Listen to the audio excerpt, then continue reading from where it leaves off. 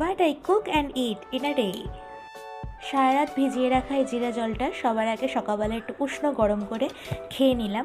তারপরে আজকে ব্রেকফাস্টে বানিয়েছিলাম পরোটা, আর তরকারি খেতে ইচ্ছা করছিল না বলে একটু চা বানিয়ে নিয়েছিলাম সাথে। চা দিয়ে কিন্তু লুচি হোক বা পরোটা বেশ ভালোই লাগে। আর খেতে খেতে আমরা সবাই একটু গল্প করছিলাম আর হাসছিলাম। আর এইদিকে আমি রান্নাঘরে ভাতটা বসিয়ে দিয়েছিলাম, ভাতটা দেখুন হয়ে গেছে। আর আজকে হবে লাল শাক, আমি কেটে নিয়েছি, আর পমফ্রেট মাছ যেটা আমি ধুয়ে রেখেছি।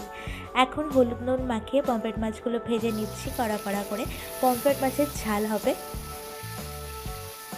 আজকের রান্না তৈরি: ভাত, লাল শাক, পমফ্রেট মাছের ঝাল আর টক আমের চাটনি। সন্ধ্যাবেলায় কিছুই খেতে ইচ্ছা করলো না, তাই সরাসরি চলে এলাম রাতের রান্নায়। আর রাতে আজকে বানিয়ে নিলাম রুটি, আলু ভাজা আর সাথে মিষ্টি ছিল। বাস হয়ে গেল আজকের মতো ইতি। বাই।